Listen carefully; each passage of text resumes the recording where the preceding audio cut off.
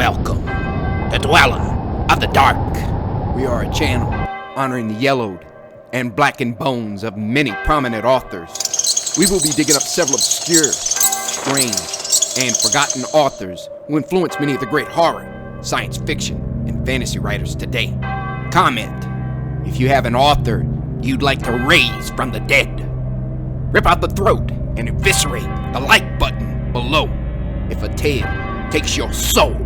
Raise the legions of hell by subscribing for more tales of the horrifying, obscure, strange, and forgotten. Our collection continues to climb out of the tombs.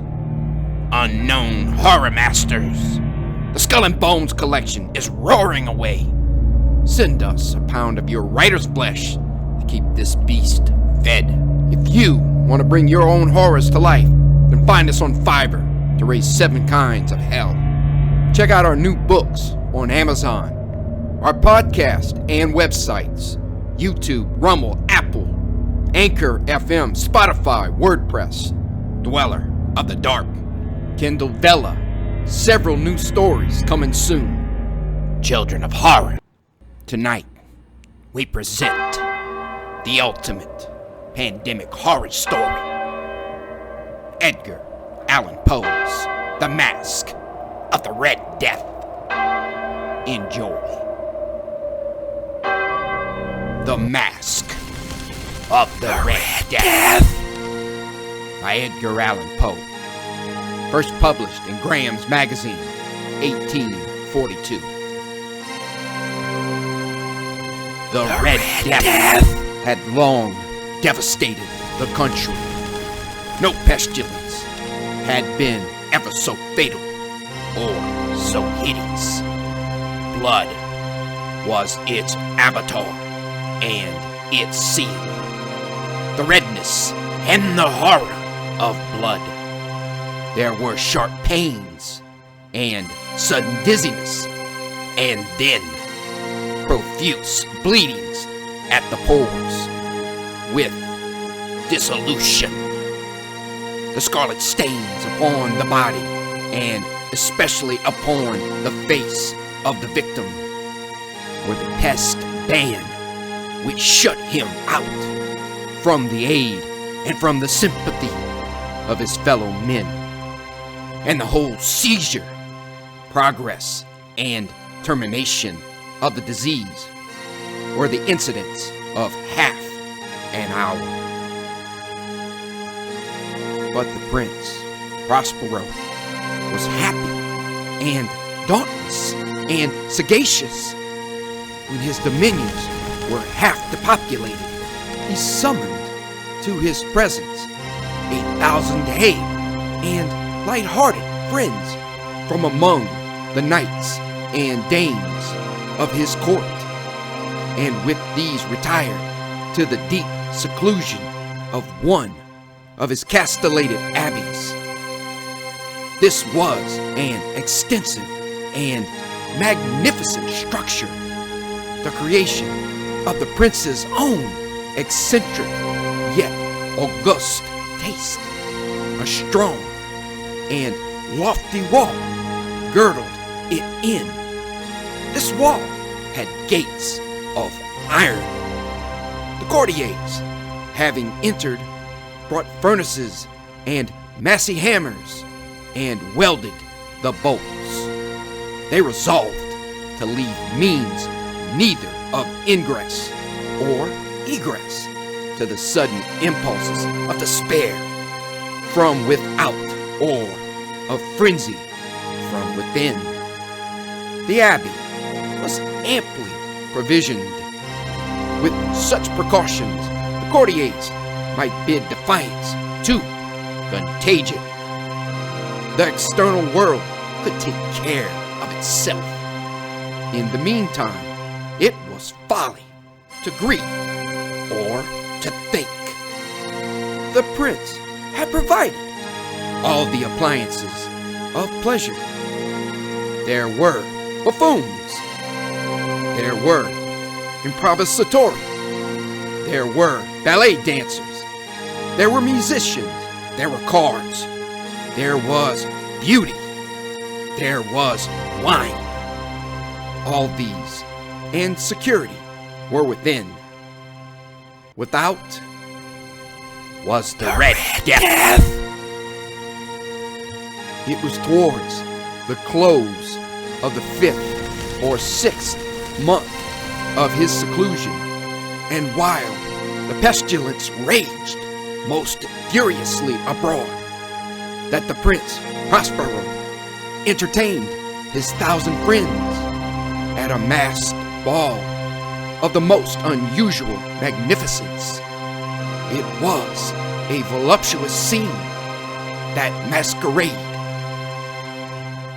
But first, let me tell of the rooms in which it was held. There were 7 an imperial suite. In many palaces, however, such suites form a long and straight vista, while the folding doors slide back nearly to the walls on either hand, so that the view of the whole extent is scarcely impeded. Here, the case was very different, as might have been expected from the Duke's love of the bazaar.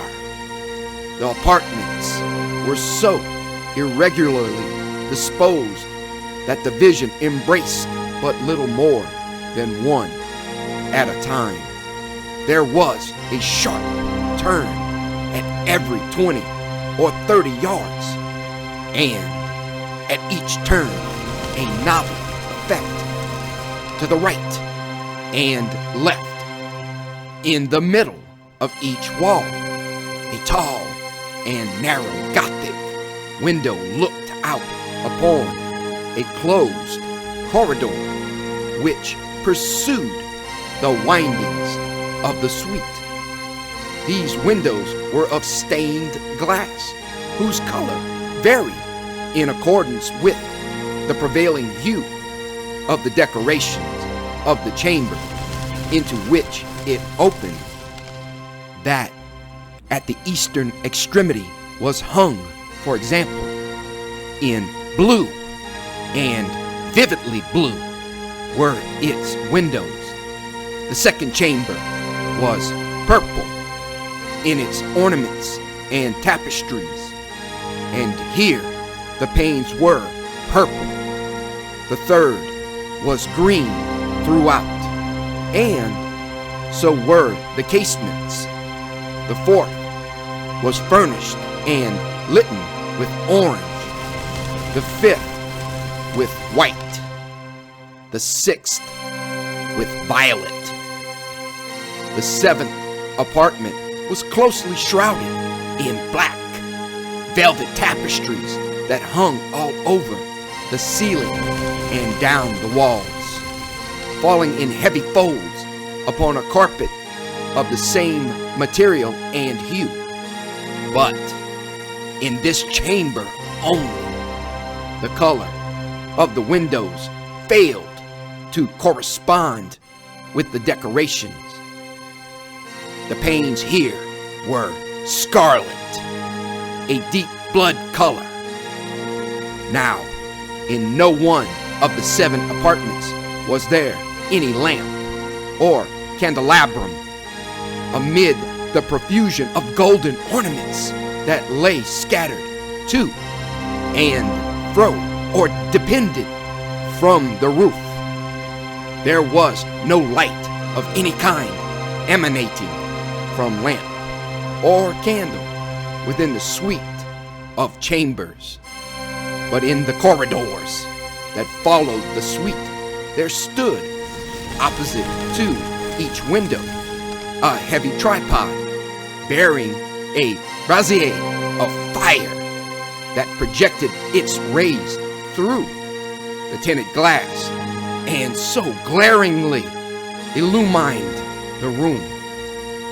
And thus were produced a multitude of gaudy and fantastic appearances. But in the western or black chamber, the effect of the firelight that streamed upon the dark hangings through the blood-tinted panes was ghastly in the extreme, and produced so wild a look upon the countenances of those who entered that there were few of the company bold enough to set foot within its precincts at all. It was in this apartment also that there stood against the western wall a gigantic clock of ebony. Its pendulum swung to and fro with a dull, heavy, monotonous clang, and when its minute hand made the circuit of the face, and the hour was to be stricken, there came forth from the brazen lungs of the clock a sound which was clear and loud and deep and exceedingly musical, but of so peculiar a note and emphasis that at each lapse of an hour the musicians in the orchestra were constrained to pause momently in their performance to hearken to the sound, and thus the waltzers perforce ceased their evolutions, and there was a brief disconcert of the whole gay company, and while the chimes of the clock yet rang, it was observed that the giddiest grew pale, and that the more aged and sedate passed their hands over their brows as if in confused reverie or meditation. But when the echoes had fully ceased, a light laughter at once pervaded the assembly.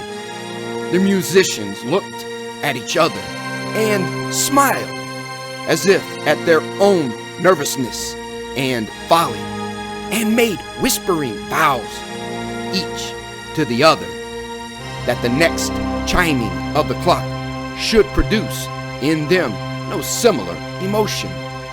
And then, after the lapse of 60 minutes, which embrace 3,600 seconds of the time that flies, there came yet another chiming of the clock, and then with the same disconcert and tremulousness and meditation as before. But in spite of these things, it was a gay and magnificent revel. The tastes of the Duke were peculiar. He had a fine eye for colors and effects. He disregarded the decorum of mere fashion. His plans were bold and fiery, and his conceptions glowed with barbaric luster. There are some who would have thought him mad. His followers felt that he was not. It was necessary to hear and see and touch him to be sure that he was not. He had directed in great part the movable embellishments of these 7 chambers upon occasion of this great fete, and it was his own guiding taste which had given character to the costumes of the masqueraders. Be sure they were grotesque. There were much glare and glitter and piquancy and phantasm, much of what has been since seen in Hernani. There were arabesque figures with unsuited limbs and appointments. There were delirious fancies such as the madman fashions. There was much of the beautiful, much of the wanton, much of the bizarre, something of the terrible, and not a little of that which might have excited disgust. To and fro in the 7 chambers there stalked, in fact, a multitude of dreams, and these, the dreams, writhed in and about, taking hue from the rooms and causing the wild music of the orchestra to seem as the echo of their steps. And anon there strikes the ebony clock which stands in the hall of the velvet, and then momently all is still and all is silent save the voice of the clock. The dreams are stiff frozen as they stand, but the echoes of the chime die away. They have endured but an instant, and the light, half-subdued laughter floats after them as they depart. And now again the music swells, and the dreams live and writhe to and fro more merrily than ever, taking hue from the many-tinted windows through which stream the rays from the tripods, but to the chamber which lies most westwardly of the 7, there are now none of the maskers who venture, for the night is waning away, and there flows a ruddier light through the blood-colored panes, and the blackness of the sable drapery appalls, and to him whose foot falls upon the sable carpet there comes from the near clock of ebony a muffled peal, more solemnly emphatic than any which reaches their ears who indulge in the more remote gaieties of the other apartments.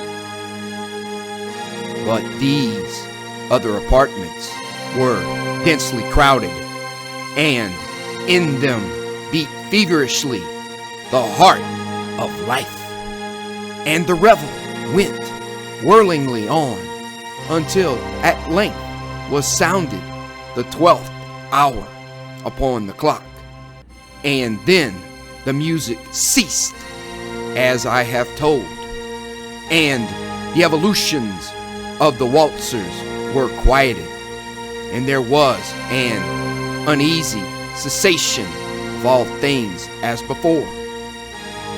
But now there were 12 strokes to be sounded by the bell of the clock, and thus it happened, perhaps, that more of thought crept with more of time into the meditations of the thoughtful among those who reveled, and thus again it happened, perhaps, that before the last echoes of the last chime had utterly sunk into silence, there were many individuals in the crowd who had found leisure to become aware of the presence of a masked figure which had arrested the attention of no single individual before.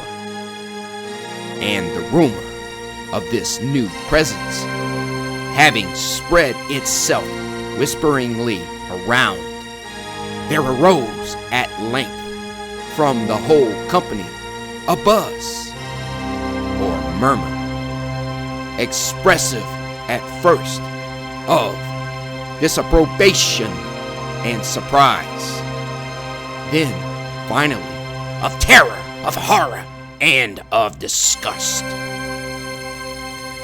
In an assembly of phantasms such as I have painted, it may well be supposed that no ordinary appearance could have excited such sensation.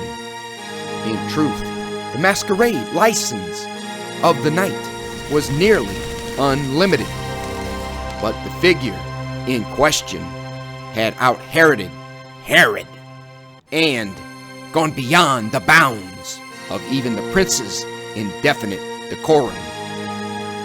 There are chords in the hearts of the most reckless which cannot be touched without emotion, even with the utterly lost, to whom life and death are equally jest. There are matters of which no jest can be properly made. The whole company, indeed, seemed now deeply to feel that in the costume and bearing of the stranger, neither wit nor propriety existed. The figure was tall and gaunt, and shrouded from head to foot in the habiliments of the grave.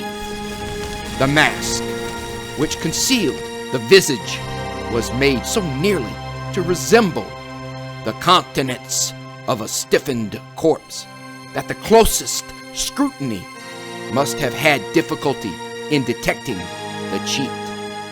And yet, all this might have been endured, if not approved, by the mad revelers around.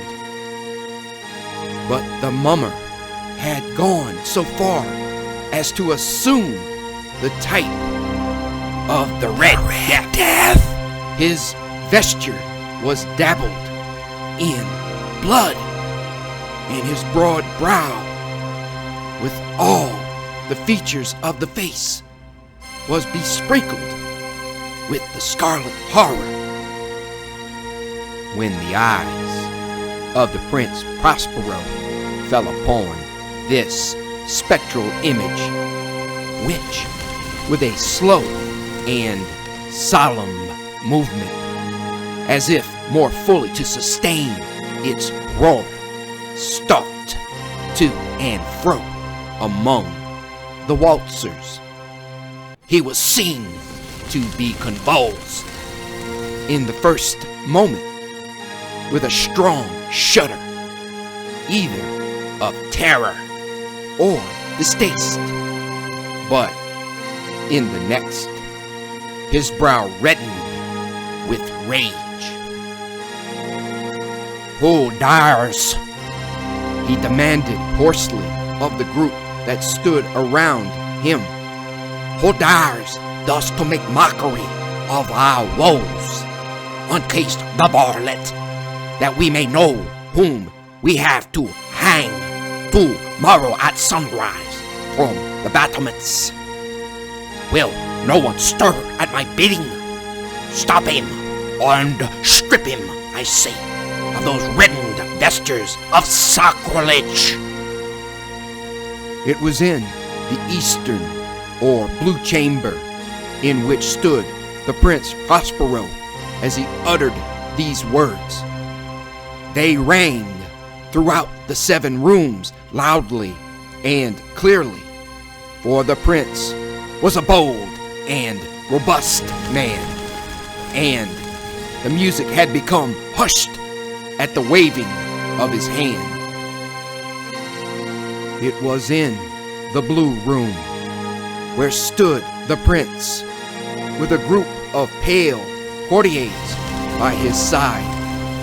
At first, as he spoke, there was a slight rushing movement of this group in the direction of the intruder, who, at the moment, was also near at hand, and now, with deliberate and stately step, made closer approach to the speaker.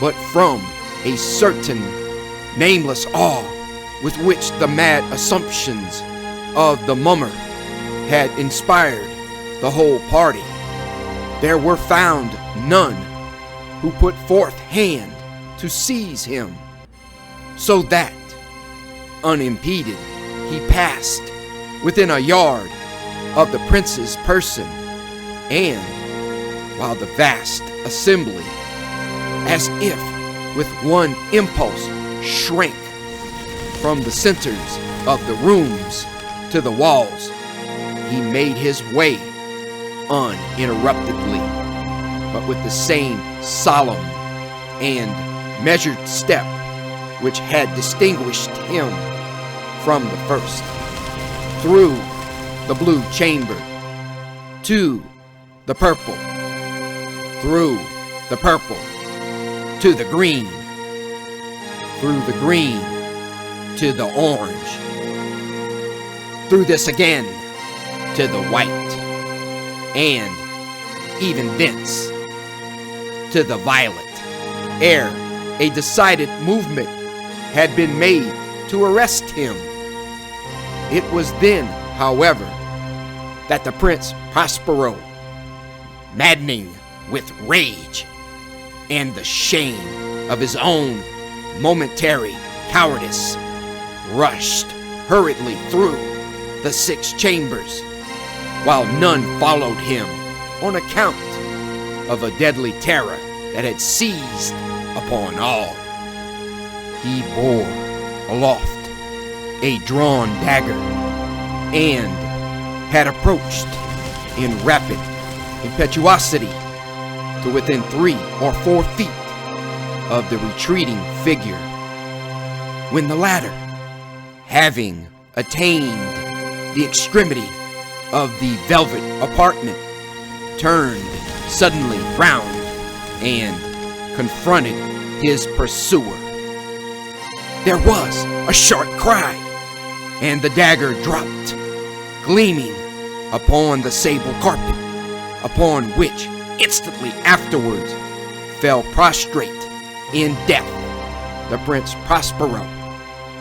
Then, summoning the wild courage of despair, a throng of the revelers at once threw themselves into the black apartment, and seizing the mummer, whose tall figure stood erect and motionless within the shadow of the ebony clock, gasped in unutterable horror at finding the grave cerements and corpse-like mask which they handled with so violent a rudeness, untenanted by any tangible form.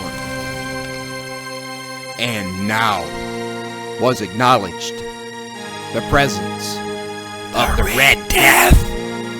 He had come like a thief in the night, and one by one dropped the revelers in the blood-bedewed halls of their revel, and died each in the despairing posture of his fall. And the life of the ebony clock went out with that of the last of the gay, and the flames of the tripods expired, and darkness and decay and the Red Death held illimitable dominion over all.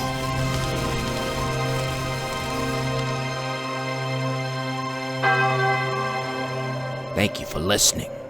Have a great night.